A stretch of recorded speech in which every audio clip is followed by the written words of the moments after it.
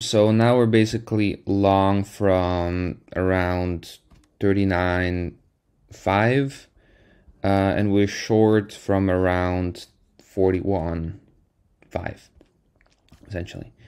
And overall, we are slightly higher on our short position than we are in our long position. Yeah, so if we continue further up, we'll kill our short position and we'll just take the long. If we go further down, we'll be profitable on the long, kill the short, and re-enter the long at a lower level. And then if we continue going down, we'll kill that long. If we just bounce around, we'll bounce around and just trade the range. If we go down, re-enter and go further up, then we will kill the short in profit and take some nice profits off of the long.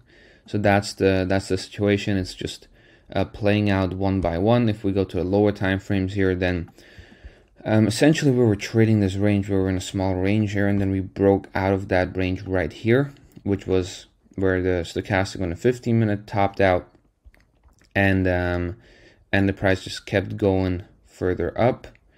On a 30-minute similar situation, but it turned down and then turned further up, and the 1 hour just continued going to the upside. So that was essentially a failed flip of the price, and we broke further to the upside because we're trading on a higher time frame that we anticipated, or we didn't anticipate it, but we expected both situations, whether we would go further to the downside or further to the upside.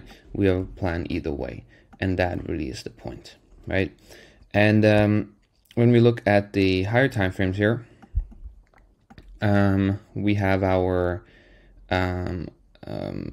4 hour turning back around to the upside, 6 hour turning to the upside, 8 hour up, 12 hour up, dailies going up, and then our lower times are going down. So the case is looking more and more for the bullish. So the trades that we have set up here look pretty good. It would just be ideal if we would hit some lower levels here in order to get a good entry, other than the long that we're holding for I don't know how many days now. And that would be a very, very good risk to reward that we would have. And in order for that to happen, we still have the short here. If we just continue going up, then fine, whatever.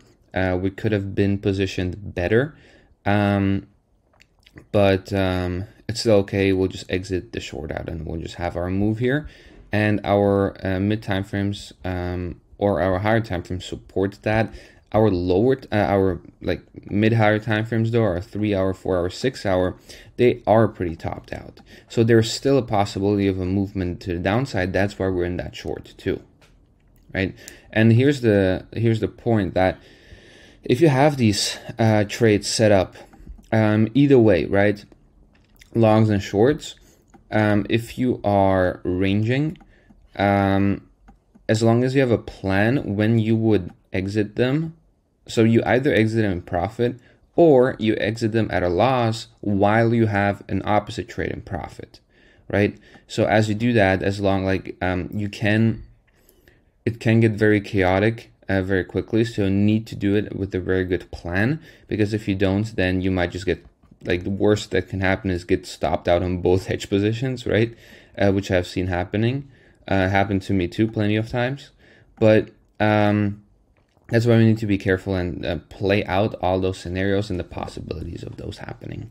And that's why we don't look at specific lines, we look at areas, right? So every entry or exit in the market that we do are in areas. Like this, for example, there's a layer of orders, right?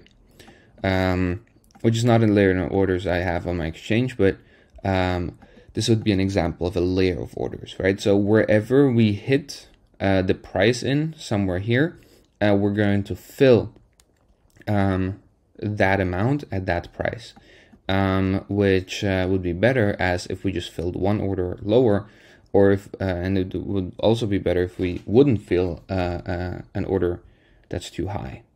And that's how the market works. Really, it doesn't work with set levels, it works with probabilities, and that's what the stochastic is doing as well.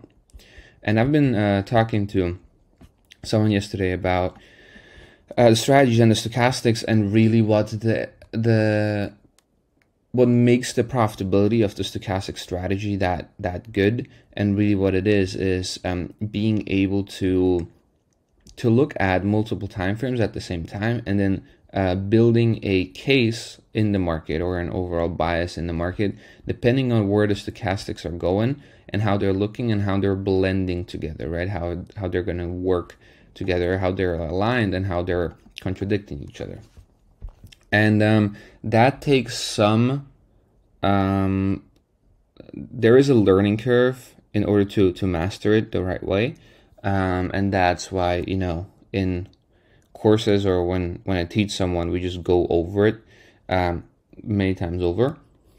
But what I started to work with yesterday was a model, an AI model that would just take in all those stochastics and predict the next stochastic on a certain time frame, and it's looking pretty good. So that would be a pretty good addition for people that want to do the stochastic strategy, or really just, I mean, it could probably be auto trading as well. So, and that's just something by the way that we're working on behind the scenes. But yeah, overall we're at the top of the short. We have some good entries here. Most of the time in this short it would be good, and our mid time frames are actually topped out together with that short, so there's a possibility of that going lower. And really our profit starts in around this area, this purple area here, because before that we're still in our long that we would need to exit out of. And then every time you hit the opposite trade, you take some profits off of your trade, and every time you go down, you re-enter a little bit in that trade. That's how you make sure that when you're ranging around in range, you always have enough fuel to go from top to bottom and just carry that profit from top to bottom. That's essentially how you trade a range. And again, it's in probabilities, right? It's not in set levels. It's in areas that we're trading with. So all take profit levels, all entries, all stop losses are a batch of orders rather than just one order. And that will help you in so many ways. Also on stop losses, when you're trying to exit out, or when there's a highly volatile move and you have one stop loss order with your entire position, then the chance of a huge slippage in that order is pretty high. Whereas when you have multiple orders that are exiting, just portions of your account or of your position, then it's going to be much easier for those to fill too. And you will not carry, even if the slippage was big, you would not carry your entire position down that slippage. So that's something important to look at as well. Yeah, we have three scenarios here, down, up, and sideways. Really, that's the three scenarios that can happen, right? But we have a plan for all of those. Ideally, what I would like to see is an addition, or like a nice fill at the bottom of this range, where we would take some profits off the short as well, and then a reversal to the upside. For that to happen, we would need to have some stochastics bottomed out as the price bottoms out here. It's very similar to how the price is topping out, or the stochastic is topping out right now. So two possibilities: we go further up or we turn back around. We have a plan for both of those. All right. Other than that, when we look at other coins, when we look at Solana, Chiliz, and everything else, we'll see how that goes. Let's just look at the scalper real quick, how that's doing. Here we go. All right, so it's just trading the range, and as always has been on the wrong way here. That's what the trading view indicators cannot do, is stop trading when the stop loss is hit, or at least not this code. So this has already been converted to our internal system It's testing right now, and it's probably going to be ready for auto trading and our own signals very soon. So that's good. And if people want to trade at a higher pace rather than just wait for orders to fill over days, then this is probably going to be a very, very good option here, especially on the 15-minute, because there's more space and movement for you to trade that with. What else do we have? Let's just look at the other coins. So Solana, we didn't take this trade. It just stayed up there. Then we have XRP, and I think Chiliz, and Chiliz just flew past as far as I know. Looks like all altcoins are just gonna pump up anyways. So that's it. We didn't fill here, and we didn't fill here. So yeah, let's go to a high time frame.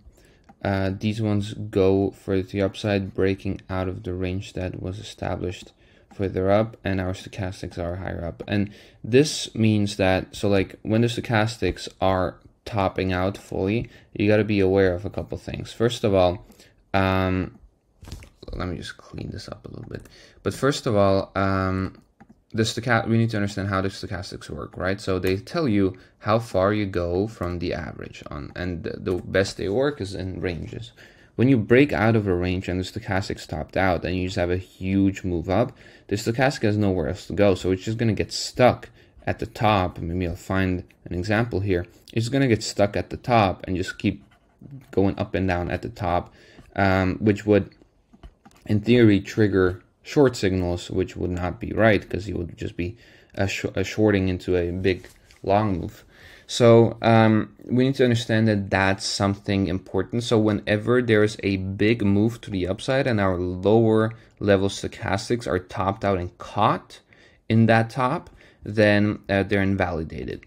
The way we look at a stochastic if it's invalidated is by looking at the tops and bottoms of the stochastic and the price, and see that they are aligned. For example, here the bottom is aligned, top is aligned, bottom is somehow aligned, top is aligned, and top is aligned as well, just right now. When we get into a situation like this, where we have our top, bottom, like right here, you already see that the stochastic is getting skewed. And at this point, we start, like, these are not bottoms because we keep going to the downside, right? And the stochastic is just caught to the downside. So when can we say that the stochastic is valid again? Well, the stochastic is valid again when we top out again. In that situation, a short is valid. Or we need to wait all the way till the stochastic bottoms out again, tops out again, and then we can long, which is the next possible long, basically, is here in this area. So that's also something important to look at with stochastics. Other than that, when you have them and when they're aligned, and when you look at multiple time frames, then there is very, very few strategies that outperform this, because the hit rate is very, very high. The risk to reward is amazing because of trading ranges, and you are anticipating those ranges. So all of that is very good. The only problem is that you need to understand when the stochastic is invalidated and wait for real confirmation for the stochastic to be validated again. And those are important parts. Once that is something that you're looking at, then when you're trading stochastics, doesn't matter what time frame, you usually will do pretty well. The way that is the most convenient for me is to obviously look at all time frames, but really the trades, or like the time frames we're looking at for the trades themselves, are between the 1 and the 4 hour, because those are large enough moves. And as you can, once you see those stochastics aligned together, you can see those levels on those ranges, and on average you will probably have 1 trade per week. When you go to lower time frames, say the 3, 5, 15, and 30, well, what will happen there is you will have a bunch of trades, especially when you look at multiple coins. You'll have a bunch of trades there, Probably like 3 to 5 a day. And yeah, so you basically just have more chances. But the higher time frames have a much higher likelihood of working. So whatever strategy you're choosing, depending on what you like, how much time and effort you can spend on this. Because when you trade the 3 and 4 hour, you don't really have to spend, like, you can look at this once a day or twice a day, and that's it. So we've been literally trading with a substantial amount, like literally with millions of dollars, while we were traveling through Europe, and we were watching the market once or twice a day for like 15-30 minutes, and that's it. And we didn't need to do more, and our trading was on point. And that's because people overcomplicate it, right? It's not complicated, it's simple. The stochastics are aligned, yes or no. If they're aligned, are they saying the same thing, yes or no? Is the price confirming, yes or no? And if it is, then that's a trade. And you're going to be right more often than not. You're going to manage your trade, you're going to manage your risk, and you'll be fine. That's literally what it is, but people overcomplicate it. And because they overcomplicate it, they tend to look for things that are not there, trade way too often, pick trades that are not supposed to be traded, and trades that are not good deals. What I mean by not good deals are when you enter a trade where in the situation that you enter it with, your risk to reward, your win rate is not good enough. People can enter one trade and people can enter it at, at the top of the spike, or they can enter it at the bottom of the range or just FOMO in. And the difference in this trade, just risk-wise, profitability-wise, risk-to-reward, all of that, probability of success is very, very different. So the same movement in the market can be a very, very different trade in very different situations for two different people. Which means that the most important thing is, as you have your strategy, is your risk management and your trade management over what the market's actually doing.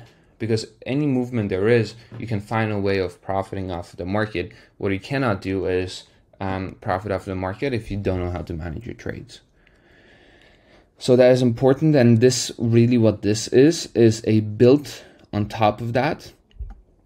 What this means is that we're not managing one trade, or we're not managing one scenario that we're trading with and we're either right or wrong. We're managing multiple scenarios in both directions. So we don't hold our ego saying, okay, this is going to go up and I will fight anyone who's disagreeing with me. What we're doing is we're setting up both scenarios and see, okay, how can we enter the market both ways to make sure that either way, when we break out, we'll be making profit. And there is some skill to doing that, but once you do that, or once you at least start thinking about it, whenever you do a trade, right, think about the other side. Think about, okay, like let's say I'm long here, right? Okay, so like I'm thinking about my long entry, long exit, all of those things. However, stop for a second and also think about, what if I was short here? Where would I enter here? Where would my take profit levels be here? And chart both of them out. And as you chart both of them out, you might see that there might be an overlay where both of those situations will be making money. And if you set your stop losses right, then either way, if you were right or wrong, you will be profitable, or you will be making money there, right? And if you just practice this over a set amount of trades, say 5 or 10 trades, then you will see how your account will thank you for that, because you're not in a game of guessing which direction you will go, right? You're not in a coin flip game.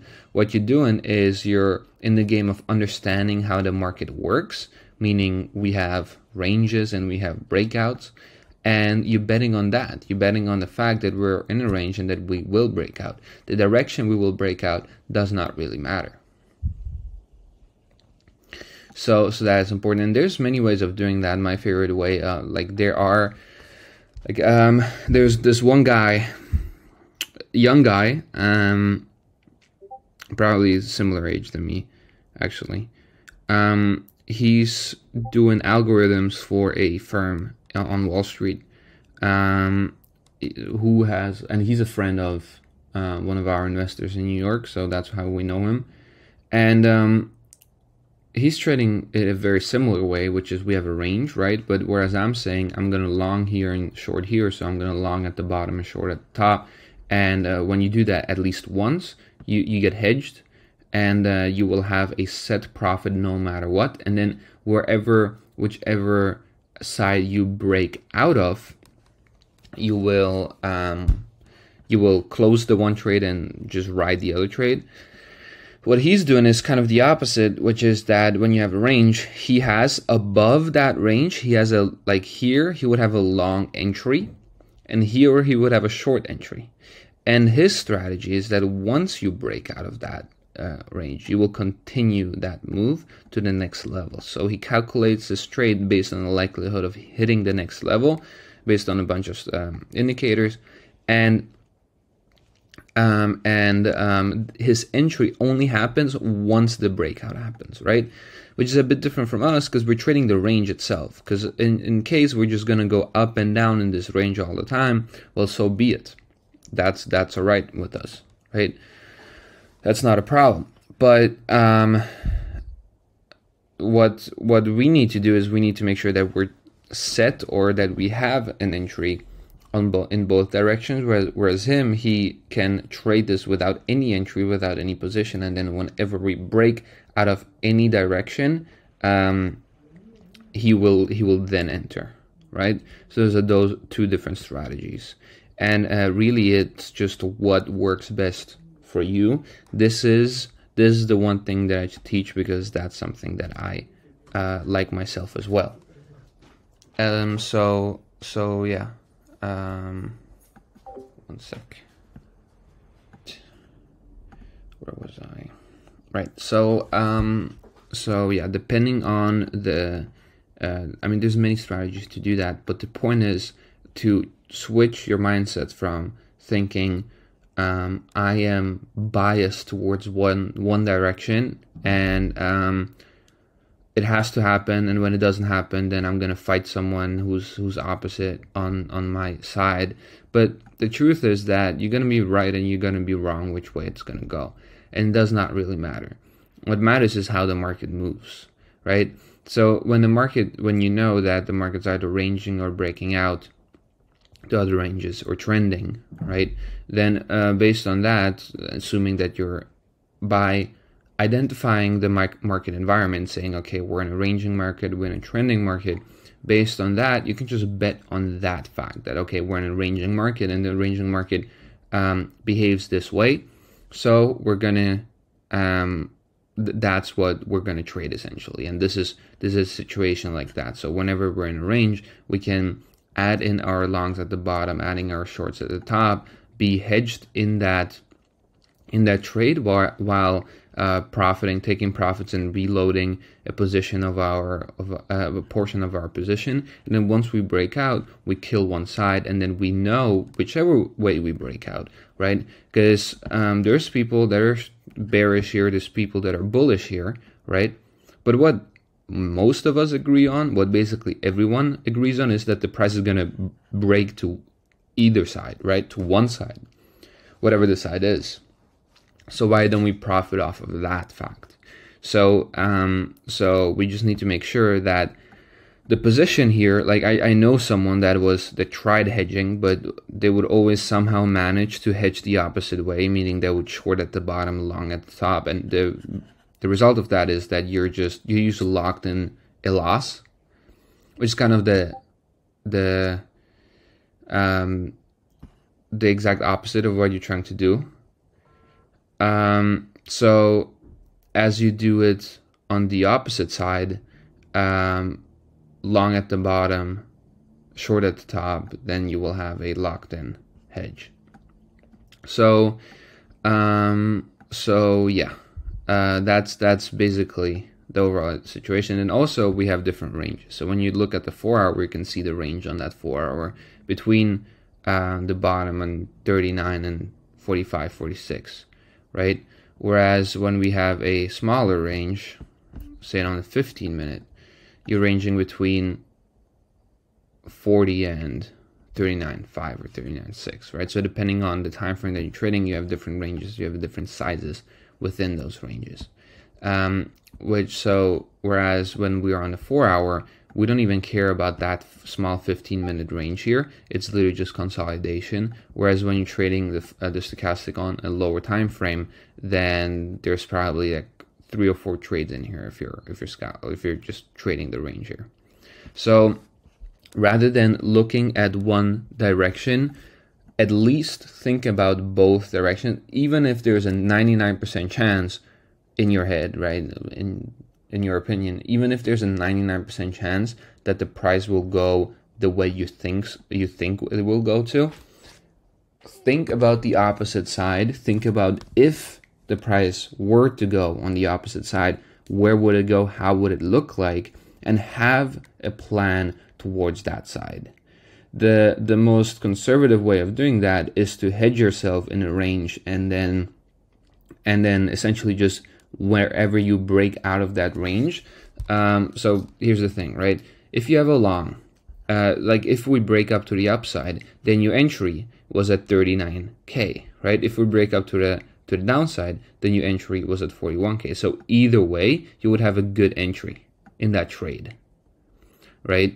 So you're essentially betting on both sides, and you have a good entry on both sides, meaning that the trade is a good deal by itself. So when you do this in a disciplined way and you extrapolate it over 1,000 trades, then you will be much more consistent than just betting on one side, depending on the strategy that you are on. So this is why it is a viable strategy to look at for consistency, because you're not betting on one side, you're betting on the market behavior itself. So you're not zoomed in, you take one step further and you look at it from a higher perspective. So yeah, but overall, do I think that we're gonna go long? Yeah, I do. I do think that we're gonna break to the upside. But who's to say that we're gonna go up right away? Who's to say maybe we'll revisit the bottom for a liquidity grab here? And if we do, we have orders, we have long orders there, and we also have our short that is hedging our range, where we will take profit off of that, right? If we just go straight to the upside, we'll go out of that short, and we have our long and make profits in there.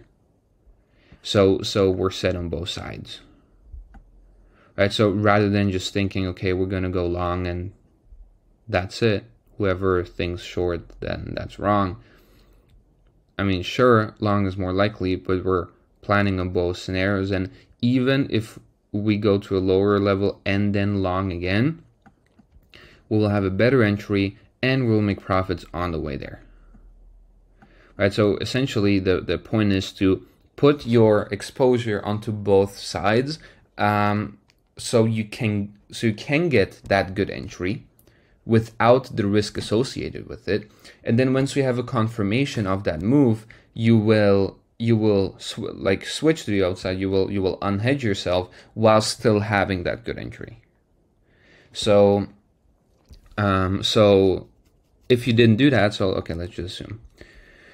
So let's just say that you break out of this small range and you have full confirmation that you go in upwards, you're a risk-averse trader. That's when you enter, right? So you would start at a 0% profit right here, somewhere here, and your average order would be somewhere here, somewhere where you confirm the breakout from here. Let's just assume, right? So that's scenario one. Scenario number two is that you're hedging and you're waiting which way you will break out. You will end up breaking out to the upside. Now you exited your short where you fully hedged with the long and the short, and you're sitting on 5% hedged, frozen, right? So you will unfreeze your short right here, and now you're sitting at 5%. Now you're sitting at 5%, meaning your average entry is going to be here, meaning that you have much more space than anyone else that just entered in the same trade right here. Because your long is going to look, I'm just going to take this long for this. Your long is going to look whatever your target is. So someone that just enters right here on a confirmation, this is how their long looks like, right? someone that was hedged and unhedged themselves, this is how their long looks like. What's a better risk to reward, right? Where do you have more space? Where do you have more profit to play with? Where are you more likely to get pushed out of the market because you're gonna hit a stop loss, or God forbid liquidation if someone would over leverage here. So at the end of the day, it's just logic and playing the probabilities the way they're simply playing the probabilities rather than playing an absolute scenario that you're hoping that will happen, because that's not how the market works. That's not how the world works. There's not a set thing that's going to happen. There's a probability that that thing is going to happen. There can be a higher probability of one side happening than the other, but that doesn't mean that the other side is zero. And there's never a probability of, say, like 95% of any situation happening. So setting yourself up for both directions and then having a better entry in either direction is just the logical way to do, in my opinion. All right. I'll have a call right now, so I'll have to jump off. This was a little bit of a recap of what we're looking at. Tomorrow we'll look at the price again, and hopefully we'll see some more movement on Bitcoin. So our 4-hour trade will either go up or to the downside. And yeah, other than that, I'll look at other coins as well. If you guys have any setups that we can look at on a higher time frames, let me know. We'll go over them. And yeah, if you guys have any questions, let me know. Other than that, I'll see you guys in the Discord.